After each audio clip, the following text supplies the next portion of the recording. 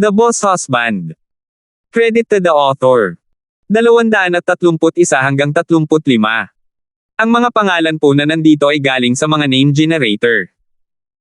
Kaya kung meron man pagkakatulad sa mga pangalan ng totoong tao o lugar, ito ay tunay na hindi sinasadya. Ang kwentong ito ay rated SPJ. Striktong patnubay sa mga walang jowa. Ito ay bawal din sa bata at matatandang walang asawa. Ang taong dumating ay walang iba kundi si Karina Collins, na kilala rin bilang Collins, ang taong magdudulot ng hindi mabilang na kaguluhan para kay Justin halos sa tuwing magkikita sila. Gayunpaman, hindi nakasuot ng uniforme ng pulis si Karina ngayon. Nakasuot siya ng puti, niniting na Amerikana na may malawak, bilog na leeg na nagpapakita ng puting nyebe na balat sa kanyang dibdib, na ginagawang medyo mapang-akit ang kanyang hitsura. Isang pares ng maong ang nakabalot sa kanyang pares ng matigas, mahaba at magagandang binti. Ang kanyang maikling buhok ay maislan gaya ng dati. Gayunpaman, dahil sa kanyang maputlang kulay kape na sapatos na mataas ang takong, hindi siya kamukha ng magiting na babaeng pulis, ngunit isang independenteng white-collar worker sa isang lungsod. Kung ikukumpara ang simpleng pagbibihis ni Marian, kitang-kita na si Karina ay gumugol ng labis na pagsisikap sa kanyang makeover, na ginagawang ang kanyang orihinal na inferior na hitsura kay Marian ay tila hindi pangkaraniwang kaakit-akit. Collins, bihira kang makita dito. Sabi ni Justin na may hindi natural na ngiti. Siya ay nag-aalala na si Karina ay dumating upang hanapin muli ang kanyang problema. Ayaw niyang maaresto sa istasyon ng pulisya para sa mga pag-record sa isang linggo. Nang mapansin ni Karina ang nagtatanggol na ekspresyon ni Justin, malabo ang kalungkutan sa mukha ni Karina. Mapatla niyang sinabi, pumunta ako dito para hanapin si Marian para pag-usapan ang tungkol kay Gustavo Grimm. Tumigil sandali si Justin para alalahanin kung sino si Gustavo. Siya ang mayamang negosyong Singaporean na nagtangkang saktan si Marian 2 araw na ang nakakaraan. Sa kasalukuyan, nakakulong pa rin siya sa himpilan ng pulisya. Ano na naman ba ang gusto niyang gawin? Hindi mapapatawad ni Justin ang kasuklam-suklam na lalaki na nagtangkang manakit sa kanyang babae. Dahil sa nangyari sa umaga, sinimulan ni Marian na gamutin si Justin ng kaunti. Malumanay na tanong niya, gusto niyang aidmanda ako ng kanyang abogado at pag-uusapan namin ni Karina ang mga legal na pamamaraan. Para kasuhan ka. Dahil sa pagkabigo, malakas na hinampes ni Justin ang sofa. Kalamangan niya na hindi pa siya napatay ng rifle team, kung maglakas loob siyang kasuhan ka, papatayin ko siya sa kulungan. Sa kaibuturan ng kanyang puso, nasiyahan si Marian nang makita niyang nagalit si Justin. Nananatili sa isang seryosong ekspresyon, sinabi niya, ano ang sinasabi mo na pagpatay sa bilangguan? Tiningnan ni Karina si Justin na may kakaibang ekspresyon. Sa pamamagitan ng pakikipag-usap sa kanyang nakatatandang kapatid na si Karen, nagkaroon siya ng maikling pag-unawa sa karakter ni Justin. May pakiramdam siya na kung talagang maglakas loob si Gustavo na kasuhan si Marian, maaari talaga itong mamatay sa kulungan. Makatiyak ka, tinanggihan ng kanyang abogado ang kanyang kahilingan sa ngayon, kailangan niyang kumuha ng ibang mga abogado mula sa Singapore kung talagang gusto niyang aidmanda si Marian ngayon na ang kasong ito ay nagkakaroon ng ganitong kalaking pagkakalantad, I bet walang sinuman sa Zenica ang gustong magtrabaho para sa kanya, nakangiting sabi ni Karina. Kung gayon, bakit siya tinanggihan ng kanyang abogado sa Singapore? Tanong ni Justin na nalilito. Nang hindi sinasala ang kanyang mga iniisip, sinabi ni Karina, hindi mo ba alam na ang iyong asawa ay isang napakayaman na babae? Karina. Parang nakakakilabot. Namumula, pinilipit ni Marian ang braso ni Karina. Pagkatapos mag-isip ng ilang sandali, may isa pang tanong si Justin. Babe Marian, sinuhulin mo ba ang kanyang abogado? Medyo napahiya si Marian matapos tawagin ni Karina sa harap ni Justin. Ibinaba niya ang kanyang ulo, sinabi niya, kailangan ding bayaran ng mga abogado ang kanilang mga bayarin dahil malaki ang binabayaran ko, syempre nakikinig siya sa akin. Lubos mong niloko si Gustavo. Tuwang-tuwang sabi ni Justin. Siguradong may kakayahan si Marian na kumuha ng iba pang mga abogado, ngunit sinadya niyang pinili ang kay Gustavo. Hindi nakakagulat kung si Gustavo ay nagdere ng dugo sa kanyang silid ng bilangguan. Walang humiling sa kanya na ipagkanulo ang tiwala ko sa kanya noong nasa ilalim pa ng kontrol ni Lola ang Yellow International, mayroon na siyang partnership na nangyayari, galit na sabi ni Marian. Biglang naisip ni Justin ang isang kasabihan. Sa lipunang ito, pera ang tanging driver para manalo sa isang legal na kaso. Nang ang tatlo ay nag-uusap, sa wakas ay natapos na si Yuna sa pagluluto ng tanghalian at nagsimulang maghain ng mga pagkain. Pamilyar din talaga si Karina kay Yuna. Masigasig siyang pumunta sa kusina para tumulong. Buntong hininga, Miss Collins, huwag ka nang tumulong simula nang dumating ka rito, ikaw ang aming bisita. Magalang na sabi ni Yuna. Nakangiting nagtanong si Karina, paano kita hahayaan na gawin mo ang lahat ng trabaho mo? Hana, don't worry about it, I'm merely a maid. Nakangiting sabi ni Yuna. Sumando si Karina at bumulong sa tenga ni Yuna, Yuna, dumating ba ang taong iyon kamakailan? Nang marinig ni Yuna ang taong iyon, naging hindi natural ang kanyang ekspresyon. Mapait na sabi niya, Miss Collins, hayaan na natin ang nakaraan sa kung ano man ang nangyari sa bawat araw na tumatanda na ako. Masunuring tumango si Karina at sinabing, ang mga babae ay palaging nakakakuha ng maikling dulo ng stick pagdating sa mga bagay na ito. Ang pahayag niyang iyon ay tila nakadirekta kay Yuna, pati na rin sa kanyang sarili. Maging si Karina mismo ay hindi masyadong sigurado. Nang makita sina Karina at Yuna na nag-uusap sa gayong palakaibigan habang naglalakad sila sa kusina at dining hall, tumingin si Justin kay Marian at sinabing, Marian my dear, tingnan mo si Collins, marunong talaga siyang kumilos. Babae ka rin, bakit hindi mo tulungan si Yuna? Matapos marinig ang sinabi sa kanya ni Justin, dahil wala pa siyang nagawang katulad noon, sinabi ni Marian, bakit hindi mo gawin ito sa iyong sarili? Dahil lalaki ako, sagot ni Justin. You darn patriarch, mahinang komento ni Marian. Gayunpaman, hindi niya pinakinggan ang sarili at tumayo upang tulungan si Yuna na ihanda ang hapagkainan. Nagulat, naisip ni Justin, nakinig ba talaga siya sa payo ko? Sa tanghalian, hindi masyadong nag-usap ang apat na nagdi-dinner. Dahil wala silang alak, mabilis nilang tinapos ang pagkain. Kinailangan pang bumalik ni Karina sa departamento ng pulisya para mag-overtime pagkatapos ng tanghalian. Pagkatapos ng lahat, ang usapin sa Dongxing ay katatapos pa lamang malutas at mayroong maraming sindikato sa ilalim ng lupa sa Stonegate na kailangang muling itayo. Salamat sa kooperatiba na pagsisikap sa pagitan ng gobyerno at ng Red Thorn Society, ang schedule ni Karina ay medyo puno. Sa sandaling gusto niyang umalis, nag-alinlangan saglit si Karina bago niya sinabing, Justin, pwede ba kitang makausap ng pribado saglit? Aakyat na sana si Justin para umidlip. Ngunit nang marinig niya ang sasabihin nito ay tumango siya at pumayag. Si Marian ay nagpaalam na kay Karina.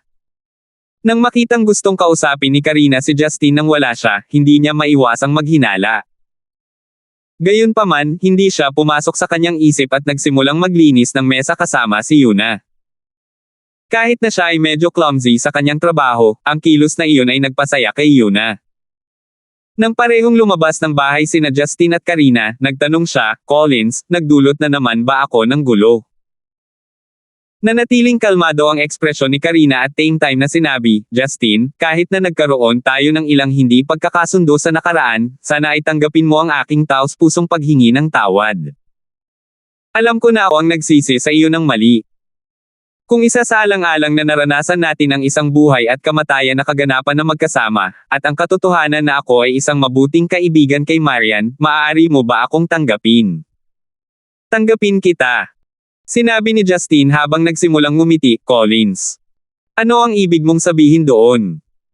Tila napansin na ang kanyang mga salita ay tila nagpapahiwatig, si Karina ay hindi maiwasang mamula. What I meant was, can you not call M. Collins all the time? It sounds really formal and distant. Well, naramdaman ni Justin na sinsero si Karina sa kanyang kahilingan, kaya kung ipagpapatuloy niya itong formal na kausapin, magiging malupit iyon ng hindi kinakailangan. Sige, Karina ang itatawag ko sayo. Salamat, sabi ni Karina habang kumikinang ang kanyang mga mata, kung gayon, magkaibigan tayo, di ba? Yeah! Friends tayo. Biglang napagtanto ni Justin kung gaano ka-cute si Karina. Kung hindi dahil sa background ng kanyang pamilya, maaaring hindi siya maging isang hepe ng pulisya dahil sa kanyang inosenteng personalidad. Nagsimulang ngumiti si Karina habang sinabing, kailangan ko pa ring magpasalamat sa iyo. Well, sa pagligtas mo sa akin ng walang pagsasaalang-alang sa sarili mong buhay noon. Kung hindi dahil sa iyo, naipit na ako sa pagitan ng crossfire at nabaril na ako. Oh, I mean, Karina, huwag mo nang palakihin ang bagay na iyon. Hindi kita nailigtas sa walang crossfire, okay? Wala itong kinalaman sa akin, sabi ni Justine habang kumukurap sa kanya. Sa pag-unawa sa kanyang intensyon, nagpigil ng tawa si Karina at sinabing, naiintindihan ko. I laughed as if nothing happened. Para bang resolbo ang isa sa pinakamalalim niyang problema, mas gumaan ang pakiramdam ni Karina nang umalis siya dala ang kanyang dilaw na Audi. Papasok pa lang si Justine sa bahay, nakita niya si Marian na lumabas na may dalang itim na leather bag. Tumingin siya sa paligid, tinanong niya, umalis na ba si Karina? Tama na. Anong meron? Naiwan niya ang bag niya sa tabi ng sofa. Mukhang nakalimutan niyang ibalik iyon, ani Marian na nakakunot ang noo. Medyo naghinala si Justine at naisip, ganoon ba siya kasaya na nakalimutan niyang dalhin ang kanyang mahalagang bag? Tingnan kung mayroon siyang mahalagang bagay sa loob nito. That wouldn't go down too well, di ba? How can we just dig into her stuff like that? Tanong ni Marian. Nagpakawala ng isang mapait na tawa, naisip ni Justine, oh, ngayon siya ay gumaganap na coy. Kung hindi mo ginagawa, ako. Hindi pwede. Sinabi ni Marian habang binawi ang kanyang mga kamay, I guess I'll do it. Kontakin natin siya agad kung may importanteng bagay doon. After she searched the bag, she breathed a relieved sigh and said, buti na lang walang importanteng dokumento o phone doon. Ibalik natin to sa kanya sa susunod. O baka babalikan niya yun mamaya. Matapos pumasok muli sa bahay ang dalawa, nanood sandali si Justine ng TV. Nang malapit na siyang matulog, nagpakita si Marian na nakasuot ng bago, puti, taglagas na damit na may mapusyaw na kayumanggi na bag na nakasabit sa kanyang balikat. Mukhang lalabasan na siya. Batay sa suot niya, nahulaan ni Justine na hindi siya pupunta sa kumpanya. Ngunit iniisip ang bagay kay Gustavo, hindi niya maiwasang magtanong, saan ka pupunta? Habang isinusuot niya ang kanyang tsinelas, sinabi niya, may kasama akong lalabas sa magandang lugar. Hindi na rin ako babalik mamayang gabi. Magdi-dinner kayo ni Yuna. Lalabas. Naisip ni Justine na hindi nasisiyahan, linggo ngayon, kaya bakit hindi niya ako inanyayahan. Bago lumabas ng pinto si Marian, bigla siyang huminto at sinabi kay Justine, may kasama itong babae, bago umalis na parang nagmamadaling kuneho. 232. Ito ay isa pang Lunes, ang oras upang magsimulang magtrabaho muli. Matagal na mula noong huling nagdala si Justine ng almusal ng kanyang mga kasamahan sa opisina. Habang dinadala niya ang almusal sa opisina, sinalubong siya ng mga titig ng hinanakit. Nagbigay ito kay Justine ng isang mahusay na pakiramdam ng tagumpay. Matapos ang casual na pakikipag-chat at pagbibiro sa mga kasamahang babae, bumalik si Justine sa kanyang upuan at binuksan ang kanyang computer. Mahigit 1 linggo na ang nakalipas, at muli siyang bumalik sa gaming life. Sa isang itim na kapote, na ipinarray sa isang kulay abo na cotton-pleated na miniskirt, at isang pares ng medyas na kulay laman na nagtatampok sa kanyang mabilog at bukal na mga binti, si Hana ay matikas na naglakad patungo kay Justine. Kumagat siya ng mamantika na piniritong dumpling habang nakatitig kay Justine ng may kakaibang tingin. Lumipat ang paningin ni Justine mula sa ibaba sa magandang kasamahan niyang ito, na naging malalim ang pagkakaibigan niya. Mula nang makalayo sa kasawian ng kanyang pamilya, si Hana ay naging mas nagniningning. Bakit mo ako tinitingnan ng ganyan?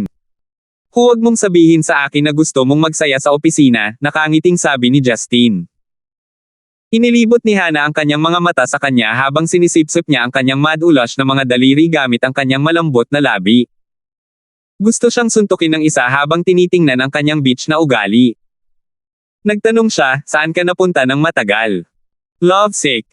Tanong ni Justine habang sinusubukang itago ang kanyang ngiti.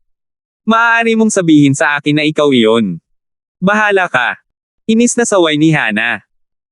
Alam mo ba na kapag wala ka dito, si Sister Melinda ay lalakad sa tabi ko para sulyapan ang bakanteng mesa mo, alam ko lang dahil malapit ako sa iyo.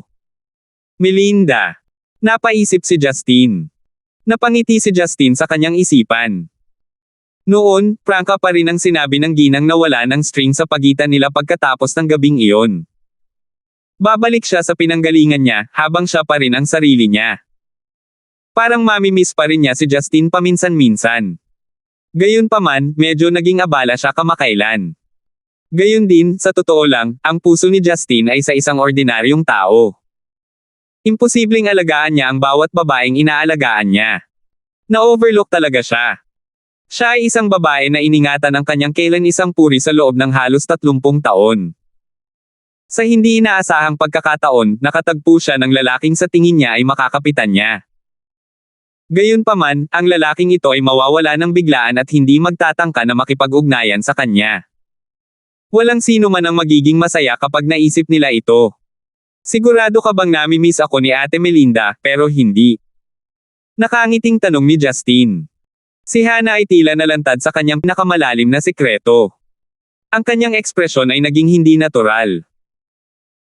Pagkatapos ay tumingin siya kay Justin gamit ang kanyang mapang-akit na mga mata bago sinabi, "Oo, alam mo ba na ako ay isang diborsyadong binibini na namumuhay ng mag-isa sa bahay tuwing gabing nangangarap ako tungkol sa pag-iibigan hanggang sa pagsikat ng araw, naghihintay para sa isang malakas na lalaki na pumasok sa pintuan ng aking puso."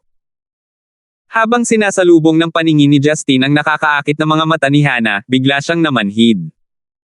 Sa isip niya, bigla niyang naalala ang kasiyahang nabubuo ng himas-himas niya ang mga pribadong parte niya noon. Nang hihina, sinabi niya, "Kung maglakas loob kang buksan ang pinto, maglalakas loob akong pumasok." Hindi uurong si Justin para sa ganitong bagay. Binaliwala ang lahat, sinimulan niyang aiskan ang katawan ni Hana mula sa kanyang matangkad na dibdib hanggang sa kanyang mga hita na may kaunting taba. Si Hana ay tila hindi niya kinaya ang prangka na personalidad ni Justin at ang kanyang agresibong paningin. Nagsimulang tumalon ang puso niya. Nangangamba ang kanyang mga ngipin, pinagalitan niya, "Pervert." Bago hinawakan ang kanyang miniskirt at tumakbo pabalik sa kanyang upuan. Sa sandaling ito, si Melinda na nakasuot ng isang buong puting damit na may itim na lace na medyas at mataas na takong, ay yumuko sa kanyang matigas na likuran habang siya ay pumasok sa opisina na nakangiti. Ang kanyang leeg ay nakabalot pa ng isang maputlang purple na scarf, na ginagawang mas kaaya-aya at banayad ang kanyang hitsura kaysa karaniwan. Nang hindi nakita ni Justin si Melinda sa loob ng ilang araw, naramdaman ni Justin na ang babaeng ito ay nagtanggal ng dati ng nakatatak na shell nang makita siyang muli. Tila siya ay dumaan sa hirap at ginhawa at sa wakas ay naging kaakit-akit. Gayon din ang ekspresyon ni Melinda nang makita niyang bumalik si Justin sa opisina. Binati lang siya nito at umalis na papuntang opisina niya. Kung gaano siya malamig na kumilos, mas maraming issue. Mabilis na tumayo si Justin at masayang naglakad patungo sa kanyang opisina bago lumapit sa pinto, hinaranggan si Melinda sa paglock nito. Lumingon si Melinda para tingnan, nakita ko lang si Justin na nakatingin sa kanya na may kakaibang ngiti. Isang manipis na layer ng pink powder ang light makeup sa mukha niya. Habang iniiwasan niyang tingnan si Justin sa mga mata, sinabi niya, "Anong ginagawa mo?" "May gusto akong iulat kay Department Head Brown," sabi ni Justin na may seryosong ekspresyon. "Mga bobo lang ang maniniwala sa iyo," naisip niya. Gayunpaman, habang siya ay nahihirapan, pinayagan pa rin niya si Justin na pumasok sa opisina. Nang maisara ang pinto, agad na inilock ni Justin ang pinto ng sunod-sunod. Nang ilagay ni Melinda ang kanyang handbag sa kanyang mesa, naramdaman niya ang isang pares ng malalakas na braso na yamakap sa kanya mula sa likuran. "Ikaw." Nagulat siya, lumingon siya at may gustong sabihin. Gayunpaman, ang kanyang bukas, malambot at maisla na labi ay natakpan ng mga labi ni Justin. "Ma!" Isang mahinang hilanghing ang umalangaw-ngaw. Hindi na naipagtanggol ni Melinda ang sarili. Dahan-dahan niyang niluwagan ang kanyang mga panga, pinayagan ang dila ni Justin na makapasok. Habang nagkakasalubong sila ng basang halik, inilipat ni Justin ang isang braso nito sa dibdib ni Melinda at sinimulang kuskusin ang snowy summit, habang ang kabilang braso ay dumulas pababa sa kanyang kurbadang balakang at hinawakan ang kanyang likuran. Ang pakiramdam ng paghawak sa malambot at katanji tanging karne ay nagpainit kay Justin. Naramdaman ni Melinda na ang katawan at hininga ni Justin ay lalong uminit, ngunit ang kanyang katawan ay malambot na parang tubig at walang anumang lakas upang labanan. Namamanhid ang buong katawan niya at parang matutunaw na. Justin, sabi ni Melinda nang bahagya siyang humiwalay sa mga labi at dila ni Justin. Itinaas niya ang kanyang ulo upang hayaang halikan ni Justin ang kanyang sensitibong leeg. Huwag. Huwag dito. Will. Matutuklasan tayong ginagawa ito. Ma. Paano kung malaman nila? Wala akong pakialam, pabirong sabi ni Justin. Biglang nagalit si Melinda at sinimulang itulak si Justin palayo ng buong lakas. Ikaw. Hindi mo ba ako kailangang isaalang-alang? Galit niyang sabi. Sige, sige. Nakangiting sabi ni Justin. Nagbibiro lang ako, huwag mong seryosohin kung malalaman talaga ng mga tao, hindi ba nila tayo papalibutan at titingnan na parang mga unggoy sa zoo. Sa wakas ay kumalma si Melinda. Hinampis niya ang dibdib ni Justin bago nagreklamo, kayong mga lalaki, ang alam lang ninyong mangbuli ng mga babae ay nawala kayo ng napakaraming araw at ang unang bagay na ginawa ninyo ay upang samantalahin ako kapag bumalik kayo. Si Justin ay mukhang namali siya. Sinabi niya, ikaw ang nagsabi na hindi mo gusto ang napakaraming responsibilidad. Ako. Natahimik si Melinda ngunit ang mukha niya ay talagang miserable. She pouted at inikat ang ulo. Napangiti si Justin habang bahagyang niyakap siya bago tinapik ang likod ni Melinda. Okay, okay. Mas matanda ka sa akin ng ilang taon pero nagbibiro lang talaga ako. Walang paraan na gusto kong magkusa na makipag-ugnayan sa iyo, sabi ni Melinda habang sumilay ang ngiti sa kanyang mukha habang siya ay nasa yakap pa rin ni Justin. Bagamat ang taong ito ay hindi mabuti, mayroon siyang ganap na katapatan. Hindi ako masyadong mapakali.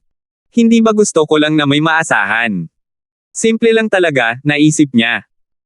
Huminga ng malalim si Justin para malanghap ang amoy ng katawan ng isang mature na babae, kay Melinda. Habang lumilitaw ang pagnanasa sa kanyang mga mata, sinabi niya, Babe Melinda, bakit hindi tayo maglaro ng isang laro sa opisina kahit na hindi ka masyadong formal ngayon, ito ay higit pa sa sapat na maaari kung ipasok ang pangunahing paksa sa pamamagitan ng simpleng pag-angat. Dahil hindi na birhen si Melinda, agad niyang naunawaan ang masamang pag-iisip ni Justin. Alam na alam niya kung ano ang ibig sabihin ng tinatawag na office games, at lifting. Habang namumula ang kanyang mukha, marahas niyang kinurot ang braso ni Justin. Gusto mo bang mamatay kapag narinig ng mga tao sa labas ang aming paggalaw, hindi ko na sila makikita, galit na sabi niya. Nalilito, sinabi ni Justin, pagkatapos ay kakagat ka sa isang bagay para hindi ka makagawa ng anumang ingay, hindi ba malulutas ang problema? Hindi niya naranasan ang magkaroon ng digmaan ng karne ng tao sa isang opisina. Desidido talaga si Melinda sa kanyang desisyon. Hindi niya madaling ibababa ang pride niya. Umiling siya para tanggihan ang kahilingan. Pakiramdam ni Justin ay talagang walang magawa. Mahal na mahal niya ang babaeng nasa harapan niya. Bagamat marami siyang gustong babae, hinding-hindi niya pipilitin ang sinuman sa kanila. Hawak niya pa rin ang prinsipyo ng isang tunay na Ginoo. Bagamat alam niyang makakagawa siya ng ilang simpleng hakbang na hindi kakayanin ni Melinda, sa wakas ay naisip pa rin niya. Sa pagtingin sa mapang-akit at matikas na babae, naramdaman ni Justin na sayang ang umalis ng ganoon nang walang ginagawa. Isang kakaibang ngiti ang pinakawalan niya. Hawak ang likod ng ulo ni Melinda para pigilan siya sa paggalaw, ginamit niya ang kabilang kamay niya para hawakan ang malajade na ilong nito, dahilan para hindi siya makahinga sa pamamagitan ng kanyang ilong. Nagulat si Melinda dahil hindi niya alam kung ano ang ginagawa ni Justin. Gusto niyang hilingin kay Justin na bawiin ang kanyang mga kamay. Gayunpaman, sa sandaling ibukan niya ang kanyang bibig, inilipat ni Justin ang isang kamay nito mula sa kanyang ilong patungo sa kanyang labi, bago ipinasok ang dalawang daliri sa kanyang mahalagang bibig. Ma! Naramdaman na lang ni Melinda na ang dalawang maliksi na daliri ay malikot na tinutokso ang kanyang malambot at malambot na bibig. Ang kanyang pink na dila ay hinaplos pabalik-balik. Ito ay isang napakakasiyasyang proseso. Nararamdaman ni Justin na ang kanyang mga daliri ay ginagalaw ng isang malambot, cute na bagay sa isang basa at mainit na kapaligiran. Namula ang mukha ni Melinda nang maranasan niya ang isang uri ng pagsasanay sa pag-ibig. Nakaramdam siya ng hiya, nakaramdam siya ng hindi kilalang pananabik. Tiningnan niya si Justine gamit ang kanyang mga mata na punong galit, kahihiyan at kamangmangan. Nang si Melinda ay nagsimulang huminga ng mabilis at umubo, sa wakas ay itinigil ni Justine ang paggalaw ng kanyang daliri. "Tuyuan mo ang aking mga daliri at ilalabas ko sila," sabi niya na may tono na nagpapahiwatig na walang puwang para sa negosasyon. Masunuring sinipsip ni Melinda ang mga daliri ni Justine na tuyo bago ibinuka ang kanyang bibig habang nakatitig sa kanya. Binawi ni Justine ang kanyang kamay at bahagyang tinapik ang kanyang mukha, nasiyahan. "Babe Melinda, mukhang marami kang potensyal para sa pagsasanay. Kung maglakas loob kang gawin itong muli, kagatin ko ang iyong mga daliri," sabi ni Melinda habang hinihimas ang kanyang bibig. "Hindi mo gagawin, alam mong nag-enjoy ka," sabi ni Justine na may makulit na ngiti. Nangangamba ang kanyang mga ngipin at nakatitig kay Justine, itinaas niya ang kanyang binti at pilit na tinapakan ang mga daliri nito. Sa hindi inaasahang pagkakataon, matagal nang lumayo si Justine. Oh! Namiss at nasaktan ni Melinda ang kanyang paa habang sinisipa niya ang lupa, na medyo nasaktan ang kanyang sakong. "Hey, ito ay isang likas na reaksyon," sabi ni Justine habang naglalakad siya pasulong. Gusto niyang tanggalin ang sapatos nito at imasahe ang mga paa bago magpunas ng mantika sa mga binti ng dilag. Gayunpaman, tumunog ang kanyang telepono sa sandaling ito. Nang ilabas niya ang kanyang telepono, nagulat si Justine ngunit agad niyang sinagot ang tawag. "Manager Tang, bakit malaya kang tumawag sa akin ngayon?" Ang taong tumawag ay si Teresa Dawson. Pagkaraan ng ilang sandali, sinabi niya, "Nangako ako na ipaghahanda kita sa isang pagkain para pasalamatan ka, ngunit medyo naging abala ako kamakailan kaya kailangan kong mag-antala ng kaunti." Hindi inaasahan ni Justine na talagang ililibre siya ni Teresa sa isang pagkain. Iniisip ang babaeng maaaring magpabilis ng tibok ng kanyang puso sa tuwing magkikita sila, hindi nagawang tanggihan ni Justine ang kanyang kahilingan. Dahil may oras si Manager Tang, bakit walang oras din ang isang maliit na empleyadong tulad ko pero kalimutan ang tungkol sa pasasalamat sa akin, tingnan mo lang ito bilang simpleng pagpapakain sa akin, sagot niya. "Justine, pwede. Pwede bang itigil mo na ang pagtawag sa akin na Manager Dawson, tawagin mo akong Teresa," malumanay na sabi ni Teresa. Biglang naisip ni Justine si Karina na humiling sa kanya na itigil na rin ang pagtawag sa kanya bilang Collins. Tila hindi karaniwang gusto ng mga kababaihan ang kanilang mga posisyon sa trabaho. Casual, sinabi niya, "Sige, Miss Teresa. Tatawagan ulit kita kapag umalis ka sa trabaho, tatapusin ko na ang tawag," masayang sabi ni Teresa. "Bye-bye," sabi ni Justine bago tinapos ang tawag. Habang itinataas niya ang kanyang kamay, napansin niyang nakakamatay na ang tingin sa kanya ni Melinda. "Oh, isa pang babae ang napahamak mo," sabi ni Melinda na may malamig na ngiti. Bahagyang napakamot si Justine sa likod ng kanyang ulo, sinabing, "Ano ang pinagsasabi mo, paano ko sinisira ang mga tao, alam ko na palagi akong walang muwang at dalisay, mapahamak lang ako sa mga babae." Hehe. Inilibot ni Melinda ang kanyang mga mata bago naglakad patungo sa kanyang upuan at galit na umupo. "Pwede ka nang lumabas." Alam ni Justine na pinakamahusay na umatras kapag nagseselos ang mga babae, kaya masunurin siyang lumabas ng silid. Bago lumabas, nag-hand gesture siya ng isang tawag sa telepono. "Babe, tandaan mong tawagan ako, lalabas ako anumang oras." Nang makita niyang itinaas ni Melinda ang isang lalagyan ng panulat at gustong ihagis ito, mabilis na isinara ni Justine ang pinto. 233. Nang malapit nang matapos ang oras ng trabaho, muling tumawag si Teresa, upang yayain si Justine na lumabas sa isang kalye sa silangan ng Stonegate. Bagamat hindi pa nakapunta roon si Justine, maikli niyang naiintindihan ang lugar sa pamamagitan lamang ng paghahanap ng mapa sa internet, na ginagawang excited siyang tapusin ang tawag. Dahil hindi siya uuwi para sa hapunan, agad na naisipan ni Justine na tawagan sina Marian at Yuna. Nangako siya kay Marian na palaging ipaalam sa kanya kung wala siyang planong umuwi. Pagkatapos ay dial ang numero ni Marian, natanggap ang tawag sa loob ng ilang segundo. "Ano ito?" tanong ni Marian. Parang occupied siya. "Tumatawag ako para ipaalam sa aking asawa na hindi ako uuwi para sa hapunan ng isang tao," nakangiting sabi ni Justine. Huminto si Marian at nag-isip ng ilang segundo. Sinabi niya, si Teresa ba? Medyo nabigla si Justine. Paano niya nalaman iyon? Naisip niya.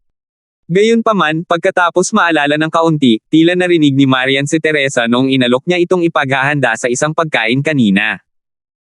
Hiniling pa ni Marian sa kanya na lumayo kay Teresa, para makalapit sa sinumang babae sa mundo maliban kay Teresa. Nang hindi nagtatangkang magtago ng anuman, awkward na sinabi ni Justine, oo dahil nangako ako sa kanya noon, kailangan kong pumunta ngayon. Bumantong hininga si Marian bago sinabing, sa pagtatapos ng araw, ayaw mo pa ring makinig sa akin. Ganyan ba talaga kaakit-akit sa iyo ang babae? Huwag mong sabihin ganoon, ang gusto ko lang na magkaroon ng isang simpleng pagkain kasama siya. Sa totoo lang hanggang ngayon, mag-iinit pa rin si Justine sa tuwing naiisip niya ang oras kung saan sinubukan niyang kumbansihin si Teresa sa tabi ng ilog na gumawa ng isang bagay sa gabi. Sa araw na iyon, napansin ni Justine na si Teresa ay may anak na nag-aaral sa high school, kaya nakaramdam siya ng pagkadismaya dahil talagang may interes siya sa kanya, ngunit ang paghihiwalay ng mga pamilya ay hindi magandang ideya sa anumang kaso. Gayunpaman, napagpasyahan ni Justine na si Teresa ay dapat na isang solong ina, batay sa kung ano ang karaniwang reaksyon niya. Mula nang magkusa si Teresa na ipahayag ang kanyang nararamdaman, mas maraming iniisip si Justine. Hindi niya akalain na isa siyang closed-minded na tao pagdating sa mga usapin sa pagitan ng isang lalaki at isang babae, interesado siya sa mataas na kalidad na MILF.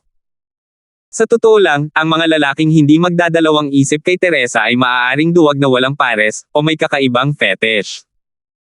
Si Justine ay isang perpektong tao, at matapang din pagdating sa mga bagay na tulad nito. Wala naman siyang balak na itago.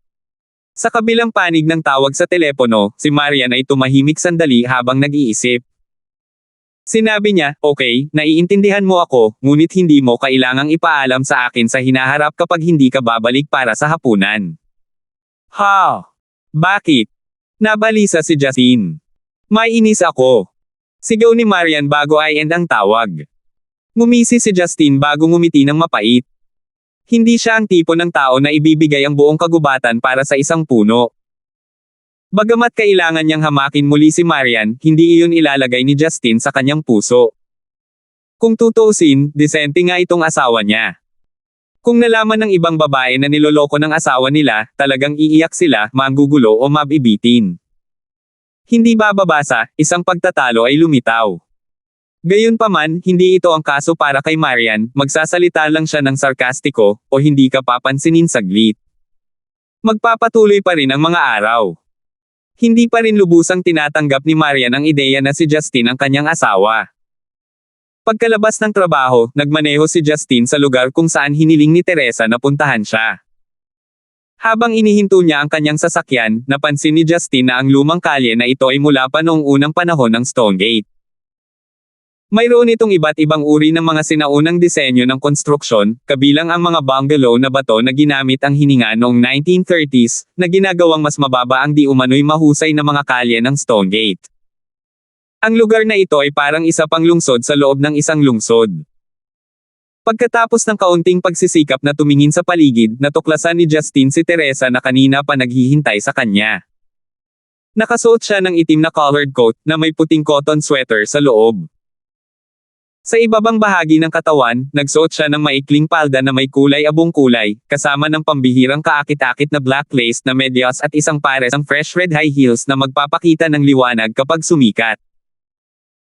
Ang kanyang hindi nakatali na mahabang buhok ay maayos na nakakalat sa kanyang mga balikat, ang kanyang makintab na mukha ay nagpapakita ng mature na pakiramdam ng isang babae mula sa silangan habang ang kanyang balat ay maputi at walang kamali-mali tulad ng sa isang sanggol. Habang ang kanyang mapang-akit na mga mata ay tumitingin sa paligid, bigla siyang tila nahalo sa background, ang kalye na puno ng mga sinaunang ngunit maseselang gusali. Para siyang isang dilag na dahan-daang lumalabas sa isang lumang balumbon. Nang makita si Justine, si Teresa ay nagpakawala ng isang matingkad na ngiti habang kumaway sa kanyang direksyon. Napalunok si Justine habang nagsimulang tumibok ang kanyang puso. Kung ikukumpara ito sa unang pagkakataon na nakita niya si Marian, hindi siya nasasabik at labis na natuwa. Ang pinakamagandang bahagi tungkol sa babaeng ito na dumaan sa hindi mabilang na mga karanasan sa buhay ay hindi ang kanyang hitsura, ngunit ang aura na ipinakita niya sa sandaling itinaas niya ang kanyang kamay. Para sa batang si Justin na nakakita ng walang katapusang kagalakan at kalungkutan, ang ganitong uri ng babae ay isang ganap na lason. Buntong hininga, ikaw ang bangin na tutokso sa mga tao na gumawa ng krimen. Bulalas ni Justin sa kaibuturan ng kanyang puso. Huli ka, mukhang hindi ito ang gagawin ng isang Ginoo na may ugali, nakangiting sabi ni Teresa. Mukha ba akong may ugali, o gentleman? Tanong ni Justin. Saglit na nag-isip si Teresa bago sinabing, nako, muntik ko nang makalimutan. Wala kang masyadong magandang ugali, pero malamang ligaw ka. Maaaring hindi ka gentleman, pero talagang pervert ka. Alam ni Justin na tinutukoy ni Teresa ang ilang beses nilang pagkikita kanina. Hindi lang siya na-provoke, nasaksihan din niya ang pagdadala nito ng iba't ibang babae sa harapan niya. Maliwanag na si Justin ay hindi tapat sa kanyang mga mata. Dahil kilalang kilala mo na ako, bakit ka pa naglakas loob na ipaghain ako ng pagkain? Tanong ni Justin na may mapait na ngiti. Malumanay na sinabi niya na pag-isipan ko rin ito nang tumawag ako sa iyo kanina, tinanong ko ang aking sarili kung bakit ako nag-aalok ng pagkain sa isang baluktot at hindi tapat na tao.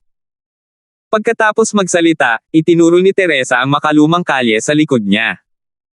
Terena, ililibre kita sa pagkain ngayon ay hindi mo pa nasubukan ang isang tunay na masarap, sabi niya.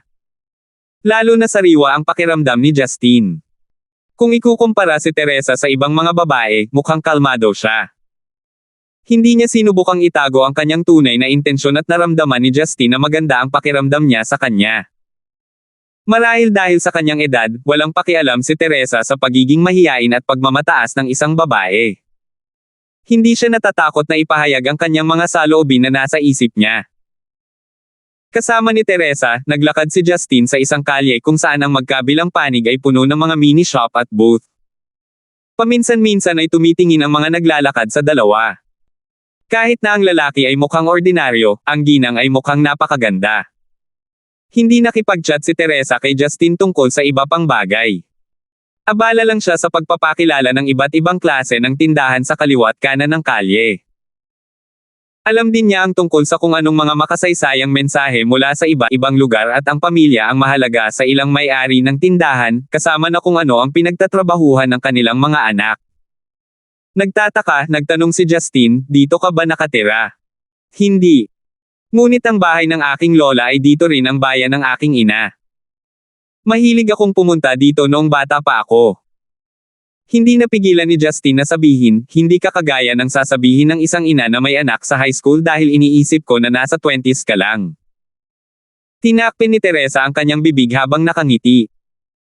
Ang aking anak na babae ay hindi gusto ang lugar na ito, palagi niyang nararamdaman na ang lugar na ito ay walang buhay.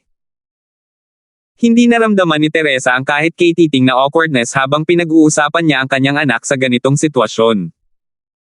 Tapos naisip mo siguro na maiintindihan kita, kaya mo ako dinala dito. Nakangiting tanong ni Justin. 20s din ako. Kaya mo, sigurado, kumpiyansang sabi ni Teresa. Bakit? Sa araw na iyon nang iligtas mo ako sa bangko, nakita ko mula sa iyong mga mata na hawak mo ang emosyon na hindi dapat taglayin ng isang taong nasa edad 20 anyos bagamat ito ay pansamantala lamang, sa hindi inaasahang pagkakataon ay nakaramdam ako ng katiyakan, sabi ni Teresa habang naging hindi natural ang kanyang ekspresyon. Ikaw ang unang lalaking nakita ko na nagbigay sa akin ng pakiramdam ng seguridad, kaya dapat ay maunawaan mo ang lugar na ito. Ang unang lalaking nagbigay sa kanya ng pakiramdam ng seguridad. 233. Muling lumunok si Justin. Ipinagpatuloy ni Teresa ang pagpapakilala sa mga kalye sa kanya upang baguhin ang paksa.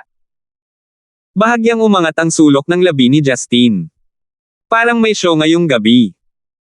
Habang tinatahak nila ang mahabang landas na tila isang paglipas ng panahon, nagsimulang magdilim ang langit. Dumating sila sa bakana ng isang tila vandalized na eskinita, na naiilawan ng ilang 40 watt na bombilya. Dinala ni Teresa si Justin sa isang booth na nagbebenta ng ramen. Pagharap sa isang matandang lalaki na humihila ng pansit, sumigaw siya, "Tito Quentin." Ang lalaking tinutukoy bilang Uncle Quentin ay nagtaas ng ulo at agad na nagpakita ng isang ngiti. Little Teresa, sa wakas ay na-miss na kita. Tuwang-tuwang sabi niya. Oo, medyo naging abala ako ngayon Tio Quentin, kumusta ka kamakailan? Tanong ni Teresa habang humakbang siya pasulong. Mukhang pamilyar talaga siya kay Uncle Quentin. Pagkatapos makipag-chat kay Teresa saglit, naging kakaiba ang ekspresyon ng mukha ni Uncle Quentin habang nakatingin kay Justin. Little Teresa, hindi mo ba siya ipapakilala sa akin? Mapagbigay na sagot ni Teresa, ito ang kaibigan kong si Justin, dinala ko siya ngayon para lang kumain ng ramen mo.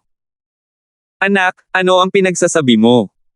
Sa palagay mo ba ay maaaring magkamali ang aking husay sa pagluluto? Ngunit, ang taong ito dito ay hindi dapat basta-bastang dinala sa aking stall maliban sa iyong anak, nakangiting sabi ni Tio Quentin. Si Teresa ay hindi nahiya. Sinabi niya, si Tio Quentin, hindi ko siya boyfriend kaya lang, naisip ko na hindi siya masyadong nakakatakot sa isang tao, kaya nag-alok ako na i-treat siya sa isang pagkain dahil ang ibang mga restoran ay masyadong makamundo. Nakangiting sinabi ni Uncle Quentin, dahil hindi mo siya boyfriend ngayon, hindi ibig sabihin na wala na siya sa hinaharap. Pagkatapos ay lumingon siya kay Justin bago magbigay ng iba't ibang senyales gamit ang kanyang mga kilay at mata. Bata, magsikap ka kahit na mas matanda si Little Teresa sa iyo, wala pa akong nakikitang babae na mas maganda at mabait sa kanya sa buong buhay ko. Sa pagtingin kay Uncle Quentin na sinusubukan ang kanyang makakaya na pagsamahin si Teresa at ang kanyang sarili, biglang naramdaman ni Justin na siya ay masyadong bayani, habang si Teresa ay nakangiti lang sa gilid. Mukhang wala siyang pakialam sa aksyon ni Uncle Quentin. Naupo sina Justin at Teresa sa tabi ng isang lumang mesa habang sinimulan silang gawin ni Uncle Quentin ng pansit. Dahil hindi pa oras ng hapunan, medyo desyerto ang stall. Ang mga gilid ay talagang walang laman din. Habang tinitingnan ni Justin si Uncle Quentin na gumagawa ng noodles mula sa likod, walang magawa siyang sinabi, bakit hindi mo ipinaliwanag kay Uncle Quentin kanina na naisip niya na mayroon tayo? Inisip ni Teresa ang kanyang sariling negosyo at nagbuhos ng isang tasa ng berdeng tsaa habang sinasabi, hindi ba iyon ang inaasahan mo? Walang imek, nagpakawala si Justin ng mapait na ngiti. Sabi niya, hindi mo kailangang maging prangka, bakit parang ako ang naging biktima, at ikaw na ang tunay na mangangaso. Kung titignan ng aking edad, ako ay 38 taong gulang na. Itinaas ni Teresa ang tasa ng tsaa bago matikas na humigop. Ang kanyang bawat aksyon ay walang putol na sumanib sa sira-sira na background na mukhang hindi inaasahang magkakaugnay. Anong ibig mong sabihin? Tanong ni Justin na nalilito. Hindi niya alam kung bakit biglang nagsalita ang ginang tungkol sa edad nito. Para sa karamihan ng mga kababaihan, ang edad ay isang bagay na kinasusuklaman nila sa buong buhay nila. Wala na akong maraming oras para guluhin ang kawalan ng katiyakan at kalabuan, sabi niya bago tinapos ang kanyang tasa ng tsaa. Pagkatapos ay lumingon siya at malamig na tumingin kay Justin. Justin, gusto mo bang marinig ang nararamdaman ko sa'yo? Kinatok ni Justin ang kanyang mga buko ng isang kamay sa mesa bago tumango. Ang unang pagkikita natin ay dapat ay nasa tabi ng ilog na sobrang moody sa araw na iyon, nakilala kita na walang utak, na humiling sa akin ng isang one-night stand. Ang pinaka-ikinagalit ko ay ang sinabi mo sa akin na nagbebenta ka ng mga tuhog ng karne ng tupa para sa isang buhay, habang ginagamit mo ang mga diamante bilang mga butones ng iyong kamiseta. Na humiling sa akin ng one-night stand at the same time, ikaw lang din ang hindi ko pinarusahan pagkatapos ng nangyari, pabirong sabi ni Teresa. Hindi ibinuka ni Justin ang kanyang bibig, at nanahimik lamang siya habang nakikinig. Sa susunod na pagkikita namin ay sa paaralan ng aking anak na babae, nakakapagtaka, ikaw ay kamag-anak ng isang walang muwang at batang guro, at siya ay nabaliw na talaga para sa iyo. Sa ibang pagkakataon, nakilala kita sa aking club at nakita kita na magkasama-kasama si Talia, medyo kakaiba. Pagkatapos noon, pinahinto mo ako ng ilang magnanakaw sa bangko sa sandaling iyon, sa wakas ay naunawaan ko kung bakit pipiliin nina Teacher Lee at Talia ang isang masamang tao na tulad mo, sabi ni Teresa. Itinagilid niya ang kanyang ulo at binigyan si Justin ng isang ngiti. Makinig, ang tanging dahilan kung bakit ako naging tapat sa iyo ay dahil may nararamdaman ako para sa iyo, kung hindi ay hindi ko sasabihin ang lahat ng ito. Huminga ng malalim si Justine bago sinabing, ibinibilang ba ito bilang pagtatapat ng pag-ibig? Sabi ko ngayon lang. I'll be 40 years old 2 years later. Even my daughter would be able to get married under the law after another 2 years. I'd be a lola, kahit gaano pa ako mag-maintain ng itsura ko. Unti-unting nawala ang ngiti sa mukha ni Teresa. Ang pinakakapuspalad na bagay ay, ang tanging tao na gusto kong makasama, ay isang taong mas bata sa akin ng higit sa 10 taon, sabihin mo sa akin, paano ako hindi nababalisa? Hindi inaasahan ni Justine na ganito ang sasabihin ni Teresa sa kanilang unang pribadong pagpupulong. Bago pa siya makapagsalita, sumigaw si Tio Quentin, narito na ang pansit. Dinala niya ang 2 malalaking mangkok ng bagong luto na ramen. Sinabi mo pa rin na walang namamagitan sa inyong dalawa, nakita kong napakasaya ninyong nag-uusap. Napakaganda ng mood niya. Napasinghot si Teresa sa espesyal na amoy na ginawa ng ramen na hinahalo sa parsley. Sinabi niya, Tito Quentin, sinabi sa akin ni Justine na hindi ko dapat mangarap na subukang kunin siya gamit lamang ang isang mangkok ng noodles. Ahem, ahem. Umubo si Justine habang kinakagat niya ang kanyang unang kagat ng noodles. Walang magawang sinabi niya, bakit mo ako sinisiraan ng wala sa oras? At kailan mo pa ako sinubukang kunin? Tumawa si Tio Quentin at sinabi, ang ramen na ito ay talagang hindi makakakuha ng mga babae noon, sinubukan kong kunin ang nanay ni Little Teresa sa pamamagitan ng pag-asa sa pansit sa wakas, ang kanyang ina ay nagpakasal pa rin sa mayaman na lalaki, ngunit mas gusto pa rin ako ni Little Teresa kaysa sa kanyang hanggal na ama. Natigilan si Justine. Hindi niya alam na may ganoong nakaraan si Uncle Quentin sa mga elder ni Teresa. Gayunpaman, kakaiba ang pakiramdam niya na mas gusto niya ang karibal ng kanyang ama kaysa sa kanyang sariling ama. Pagdating ng ilang customer, umakyat si Tio Quentin para pagsilbihan sila. Pagkatapos ay nagsimulang kainin ni Justine at Teresa ang kanilang noodles. Napakabilis, natapos ni Justine ang paglamon ng malaking mangkok ng noodles kasama ng sabaw. Nagpakawala siya ng mahabang dumighay habang nakatingin kay Teresa na dahan-dahan pa ring ngumunguya. Nakaramdam ng emosyonal, nagtanong siya, Teresa, nasuri mo na ba ang background ko? Uminom si Teresa ng isang subo ng sopas habang umiiling siya. Hindi. Kahit na interesado ako sa iyong nakaraan at background, sana ay ikaw pa rin ang magsasabi sa akin tungkol sa kanila, ang sagot niya.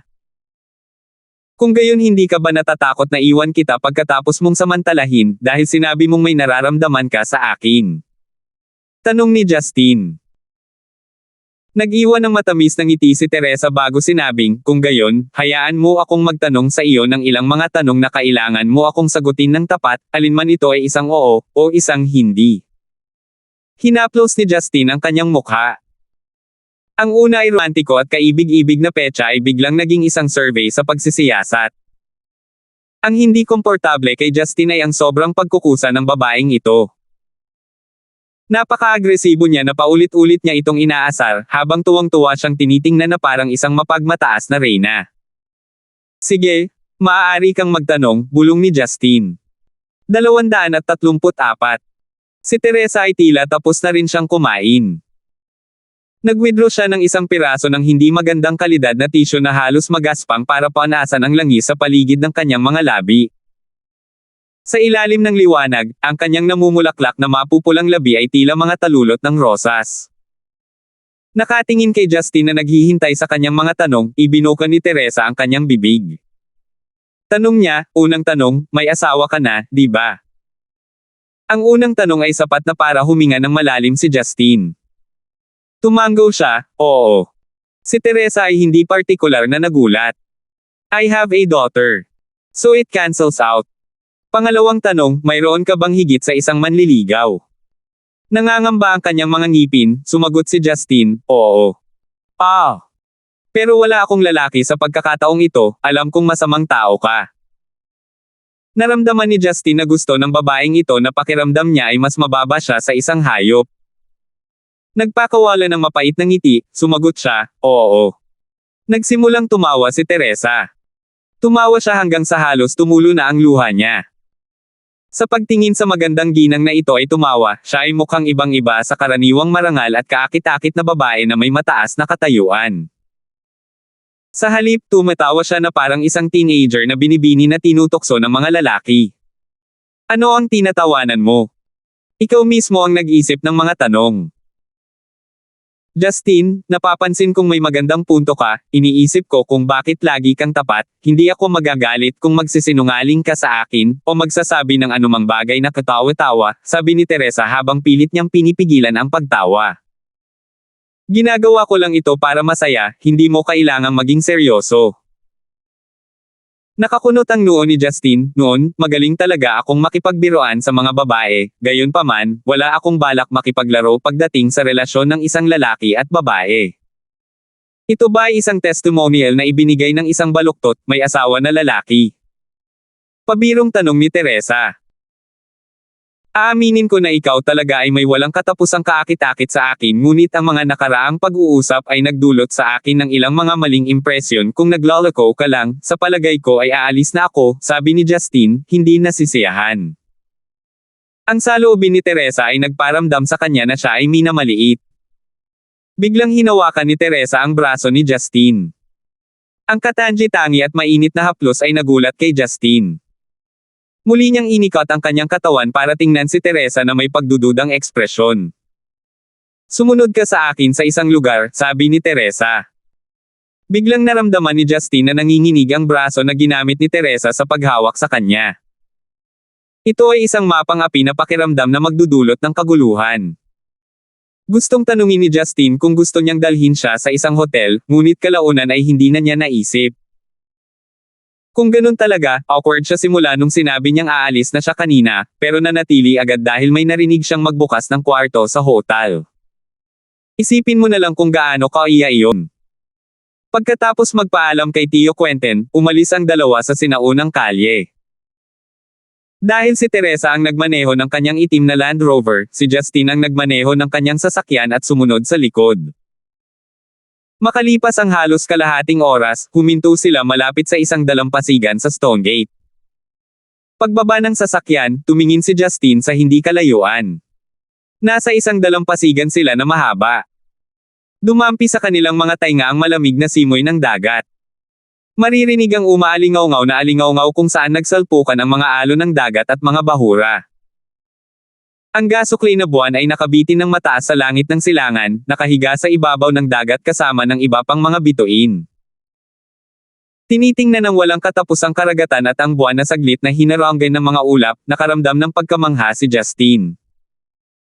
Halos isang taon na siyang bumalik sa Stonegate, ngunit hindi pa siya nakakita ng ganoong tanawin. Napakaganda, sabi ni Teresa habang magkasamang nakatingin sa tanawin sa gabi. Tahimik na tumango si Justin. Ayaw niyang ibuka ang kanyang bibig para sirain ang mapayapang sandali. Kasunod ni Teresa sa paliko-liko na ramp, dumating si Justin sa dalampasigan habang dahan-dahan silang lumalapit sa dagat. Dahil gabi na, wala masyadong tao. May ilang stalls na nagbebenta ng barbecued seafood. Maliban sa maalat na amoy ng dagat, naroon din ang amoy ng inihaw na karne. Tinanggal ni Teresa ang kanyang pulang high heels at hinawakan ito sa kanyang mga kamay. Ang kanyang mapuputing mga binti na tila bagong pinakintab na jade ay matikas na tumapak sa basa at malambot na mabuhanging dalampasigan. Iniunat niya ang kanyang mga braso, itinaas niya ang kanyang ulo at huminga ng malalim, upang tamasahin ang sariwang hangin. Tahimik, sinundan siya ni Justin at lumakad ng malayo, naiwan ang mga bakas ng paa. Justin. Biglang huminto sa paglalakad si Teresa. Sa ilalim ng liwanag ng buwan, ang kanyang matikas na mukha ay nagpakawala ng ngiti. Salamat, matagal na akong hindi nakaka-relax sa ganitong paraan. Wala akong nagawa, sagot ni Justin. Alam mo ba kung bakit kita tinanong kanina? Tanong niya. Umiling si Justin, sumagot si Justin, gusto mo ba talagang malaman ang higit pa tungkol sa akin? Sa totoo lang. Hindi na mahalaga sa akin kung sino ka talaga, gusto ng mga lalaki ang mga babae dahil sa kagandahan, kabaitan, at aura nila, pero madalas na walang dahilan para magustuhan ka ng isang babae, hindi niya gusto ang lalaki, at hindi nila binago ang mga tanong niya sa iyo noon ako ang pumunta sa sarili ko, sabi ni Teresa habang nakatingin sa direksyon ng karagatan. Umihip ang simoy ng dagat at ginulo ang kanyang buhok. Tahimik na tumayo si Justine sa isang tabi.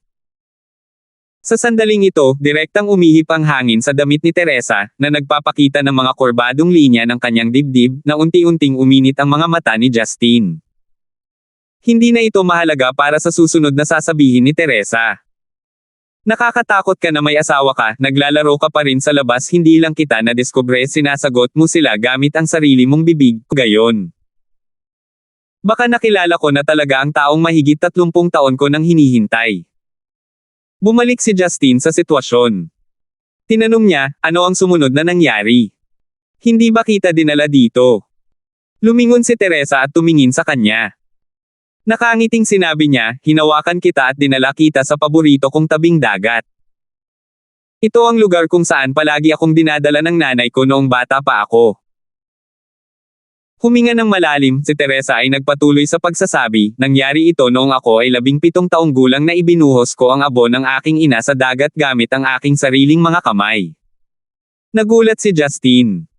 Hindi niya inaasahan na wala na ang ina ni Teresa. Yakapin mo ako. Biglang tumingin si Teresa kay Justine sa mga mata. Gusto mo ako, hindi ba? Naninigas ang katawan ni Justine. Masyadong mabilis na nagbago si Teresa, kaya kulang siya sa paghahanda sa pag-iisip. Parang isang engkanto mula sa langit ang biglang bumaba sa mundo ng mga tao, at nagsabi, yakapin mo ako, sa isang magsasaka. Kahit na ang magsasaka ay may katapangan ng isang tigre, kailangan pa rin niyang manatili sa loob ng maikling sandali. Nang sa wakas ay nagpasya si Justine na humakbang pasulong at yakapin si Teresa, bigla siyang sumandal at nahulog sa mga bisig ni Justine. Ang malambot na katawan ni Teresa ay sumugod sa yakap ni Justine. Ginamit ni Teresa ang kanyang dalawang kamay para kumapit sa leeg ni Justine. Saglit na nag-alinlangan si Justine bago tuluyang pinulupot ang kanyang mga kamay sa slim at pinong baywang ni Teresa. Sa harap ng kanyang dibdib, nararamdaman niya ang pares ng katatagan at kasalanan ni Teresa. Ang halimuyak na eksklusibo sa mga kababaihan ay pumuno sa kanyang ilong na sinamahan ng halimuyak ng karagatan. Ang katawan ni Teresa ay talagang malambot, napakalambot na naramdaman ni Justine ang pagkapuno, parang ang katawan ng babae ay ganap na matutunaw sa kanya. Ang pag-iisip na posibleng yakapin ang isang babaeng katulad niya sa pagtulog ay nagparamdam kay Justine ng pag-agos ng dugo sa kanyang ulo. Justine. Bulong ni Teresa habang nakataas ang kanyang ulo. Ang kanyang nakakaakit na mga pisngi ay namula at ang kanyang mga mata ay tumingin kay Justine habang sila ay kumikislap. Naramdaman ni Justine na nasa panaginip siya. Ito ay hindi inaasahan na ang kanilang unang petsa ay umunlad sa yugtong ito. Nagulat siya kaya hindi siya makapagsalita. Justine, nasubukan mo na bang uminom ng tubig dagat? Mahinang tanong ni Teresa. Nang hindi hinintay ang kanyang sagot, nagpatuloy si Teresa sa pagsasalita, ang pakiramdam ng umibig ay parang pag-inom ng tubig dagat, ang unang inumin ay laging masarap at nakakapreskong, pagkatapos mong uminom sa unang pagkakataon, mas nauuhaw ka kaagad, natatakot ako na mas madaling mauho ako kaysa sa isang ordinaryong tao. Ano ang inaasahan mong malaman? Nakangiting tanong ni Justine. Kahit na ang babaeng ito ay medyo malakas sa pag-iisip, siya ay medyo malayo ang paningin. Gayunpaman, siya ay tumingin lalo na kaibig-ibig sa sandaling ito. Siya ay tila isang ignorante na maliit na batang babae na masyadong natatakot na mawala ang candy sa kanyang mga kamay. Gusto kong malaman kung natatakot ka. Kung natatakot ka na mas nauuhaw ako kaysa sa sinumang babae, sabi ni Teresa bago kinagat ang kanyang mga labi. Ang kanyang mga mata ay naglalaman ng ibang uri ng apoy. Alam mo, wala na akong masyadong oras. Ginamit ni Justine ang kanyang mga daliri upang bahagyang ikabit ang baba ni Teresa bago dahan-daang itinaas ang kanyang ulo, na ginawang parang humihingal na pulang bulaklak ang matingkad na pulang labi. Isang masamang ngiti ang pinakawalan ni Justine bago sinabing, hindi alintana kung ito ay mental na suporta o sex, ang mga bagay na gusto ko, ay higit pa sa iyong mga hangarin. Nang matapos siyang magsalita ay sumugod siya para halikan siya. Ang pagiging basa at malamig habang may malambot at mabangong hininga, agad na namamanhid ang anit ni Justine. Naninigas sandali ang mga kamay ni Teresa, bago pilit na idiniin ang leeg ni Justine mula sa likod habang agresibo itong sumandal, na parang gusto niyang ipasok ang kanyang mga labi sa bibig ni Justine, clumsily na tumugon sa halik. Sa ilalim ng mga alingawngaw ng malalakas na alon ng dagat, sa ilalim ng malalim na kalangitan, walang makakarinig sa nagpupumiglas at nakakulong na tibok ng puso. 235. Niyakap ni Justine ang malambot na likuran ni Teresa habang nakaramdam siya ng matinding pananabik. Ang kanyang katawan ay hindi mapigil ang umikot. Habang umiikot ito, mas humihigpit ang koneksyon sa katawan ni Justine. Naramdaman lang ni Justine na nasagasaan siya ng mga cotton ball. Comfortable siyang nagpakawala ng tunog ng paghinga. Naramdaman ni Teresa na ang kanyang ilalim na bahagi ay nabasa sa tubig.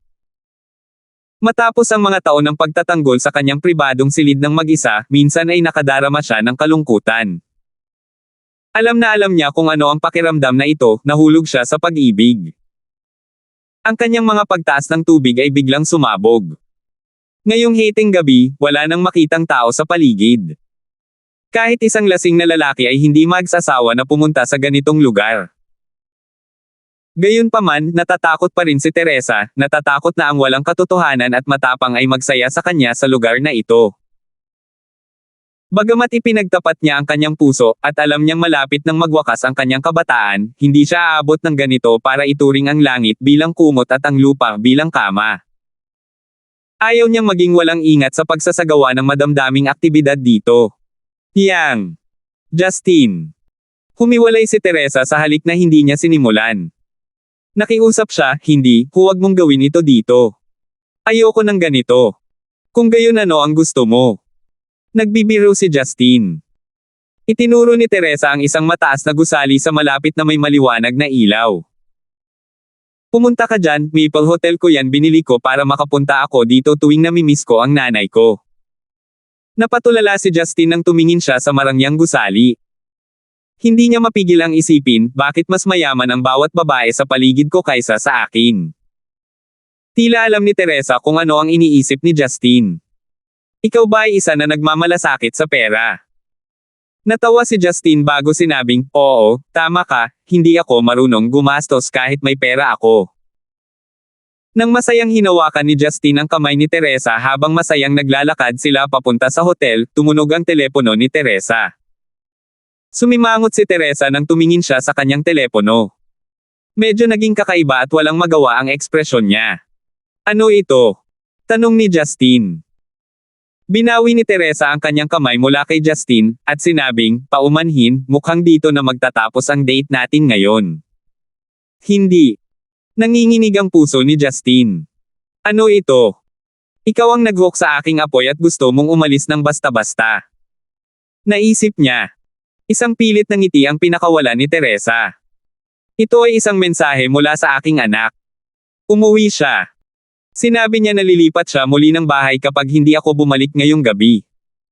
Lumabas ng bahay. Hindi alam ni Justine kung gusto niyang ngumiti o umiyak. Kailangan ba niyang maging ganito ka-extreme? Tanong niya. Umiling si Teresa, hindi mo naiintindihan ang aking anak na babae ay hindi ako tumigil sa pag-aalala tungkol sa kanya kani-kanina lamang, siya ay umalis ng bahay kamakailan, siya ay naninirahan sa bahay ng iba, para alagaan ang anak ng aking kaibigan at hindi ko inaasahan na pagod siya ngayon. Kung hindi ay hindi niya sasabihin ang isang bagay na tulad nito. Nararapat lang na alagaan mo siya, hindi mo ba nararamdaman na mamamatay ako kung aalis ka ng ganito? Sabi ni Justine, nanlumo. Ngumiti si Teresa habang nakatingin kay Justine.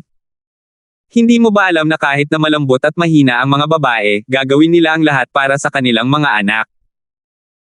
Sa sandaling matapos siyang magsalita, natural na ikinaway ni Teresa ang kanyang mga kamay bago nagjogging palayo. Sa isang maikling sandali, pinaandar niya ang kanyang Land Rover bago umalis. Walang magawa si Justine.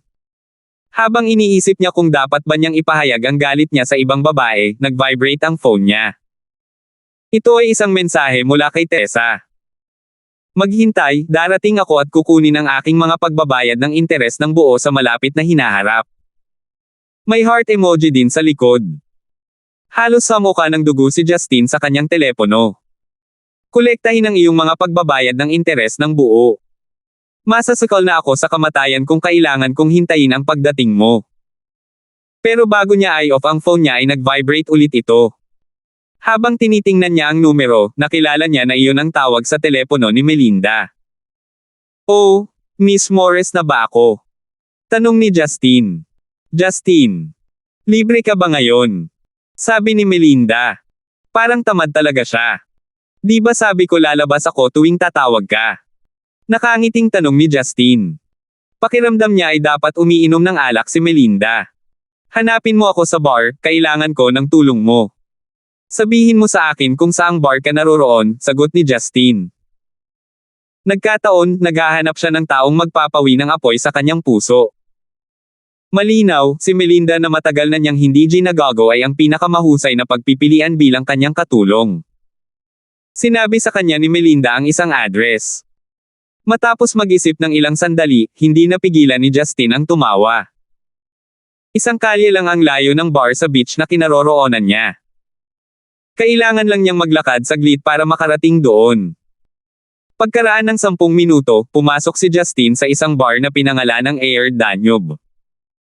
Pagpasok sa lugar, naamoy niya ang amoy ng insenso at alak na pinaghalo.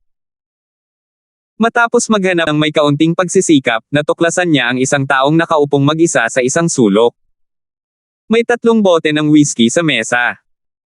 Maliwanag na ang malungkot na babaeng ito ay nakainom ng maraming alak. Naglakad si Justin patungo kay Melinda at inabot niya ang kanyang pula at malabong mukha.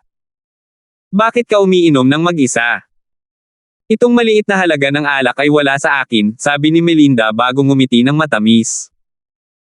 Pagkatapos ay nagbuhos siya ng ilang amber na likido mula sa isang tasa sa kanyang bibig. Tinawag mo ba ako dito para ihatid ka pabalik? Tanong ni Justin. Ayaw niyang pigilan siya sa pag-inom dahil hindi naman talaga lasing si Melinda. Baka sa mukha ni Melinda ang kalungkutan at kamangmangan. Alam mo ba na, hindi pa ako umiinom hanggang sa lasing ako sa isang bar dahil gusto kong hintayin ang taong iyon kahit kailan hindi ako naglakas loob na pumunta sa isang lugar na tulad nito, natakot ako na baka lapitan ako ng mga masasamang tao. Itinaas ni Melinda ang kanyang ulo upang tingnan si Justin habang nakapout.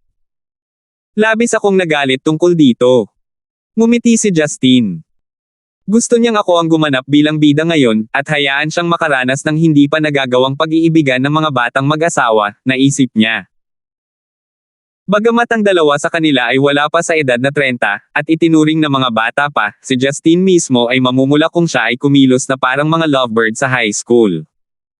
Kung ganoon, ano ang dapat mong gawin? Pabirong tanong ni Justin. Umiling si Melinda at biglang nagpakawala ng isang tusong ngiti. Hindi na kailangan, naghanda ako ng isa pang storyline, sabi niya. Ano? May dala ka bang pera? Tanong ni Melinda. Si Justin ay natural na nagdala ng ilan. Naglabas siya ng card at ilang kulubot na papel de bangko mula sa kanyang bulsa. Wala ka bang dala? Tanong niya. Nakangiting tumango si Melinda habang siya ay tumayo, bago naglakad papunta sa gilid ni Justin. Niyakap niya ang kanyang leeg, mamulong ito sa tabi ng kanyang tainga, huwag kang magbayad ng pera. Tumakas tayo. Matapos makinig sa malumanay ngunit parang gangster na mga salita, nagpakawala si Justin ng mapait na ngiti. Babe, mukhang hindi ito isang bagay na gagawin mo. Tama ka, may gusto lang akong gawin na hindi ko pa nagawa dati. Tanong ni Melinda habang nakatingin kay Justin na may malaking pag-asa. Naramdaman ni Justin na ang babaeng ito sa kanyang harapan ay medyo nakakaawa. Sinayang niya ang kanyang pinakamahalagang yugto ng panahon, pinuprotektahan ang isang bagay na walang resulta. Kapag naisip niyang punan ang walang laman na espasyo sa pag-ibig, maaari lamang niyang piliin ang hanggal na paraan sa kalungkutan, isang mapanghimagsik na paraan. O sa kanya, ito ay isang paraan lamang upang pighatiin ang kanyang nawawalang kabataan, gaano man ito kabaliw.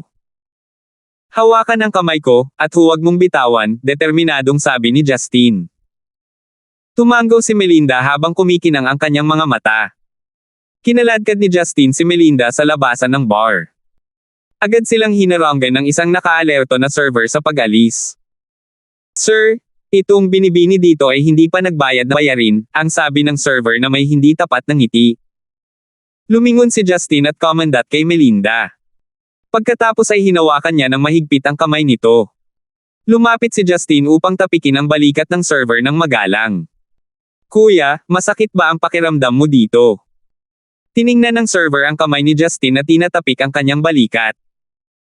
Nalilitong tanong niya, hindi po masakit sir, huwag po sana kaming gulo. Hindi kita pinahihirapan, gusto ko lang makaramdam ka ng kaunting sakit. Napangiti si Justin habang nagpuwersa siya gamit ang kanyang mga daliri. Kinurot niya ang dugtungan sa balikat ng server. Sumirit ang server habang huminga ng malalim. Isang nakakaiyak na sakit ang bumangon, pinilit siyang umatras ng ilang hakbang. Tumakbo, ngayon na. Sinamantala ni Justin ang pagkakataon at tumakbo palabas ng bar habang hawak ang kamay ni Melinda. Nang bumalik ang server, napansin niyang medyo malayo ang pagtakbo ng dalawa. Sinubukan niyang habulin ang mga ito ngunit hinarang siya ng mga dumadaan, na mabilis na nawala sa paningin ang kanyang mga target. Dahil dito, sumigaw siya ng walang magawa, ngunit walang sino man sa kalye ang magiging malaya upang tulungan siyang habulin ang kanyang mga target. Pagdating sa pagtakas, talagang pamilyar si Justin sa mga hakbang. Ang pag-alis sa isang taong walang karanasan sa mga hangarin ay isang piraso ng cake. Kinaladkad si Melinda na humihingal sa sprint, sa wakas ay tumigil si Justin matapos tumakbo sa isang kalye. Mahal kong Little Melinda, ano ang pakiramdam mo tungkol sa nangingibabaw na karanasang ito? Nakangiting tanong ni Justin. Ikaw. Naubos mo na ako.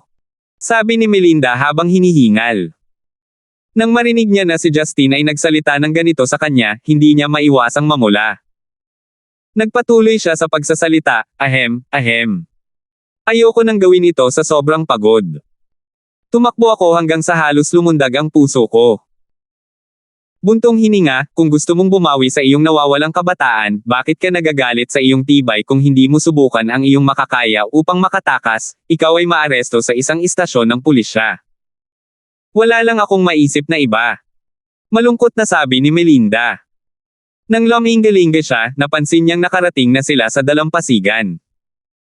Habang kumikinang ang kanyang mga mata, sinabi niya, Justin, may isa pa akong ideya. Salamat po at sinamahan ninyo ako, ingat lagi mga master.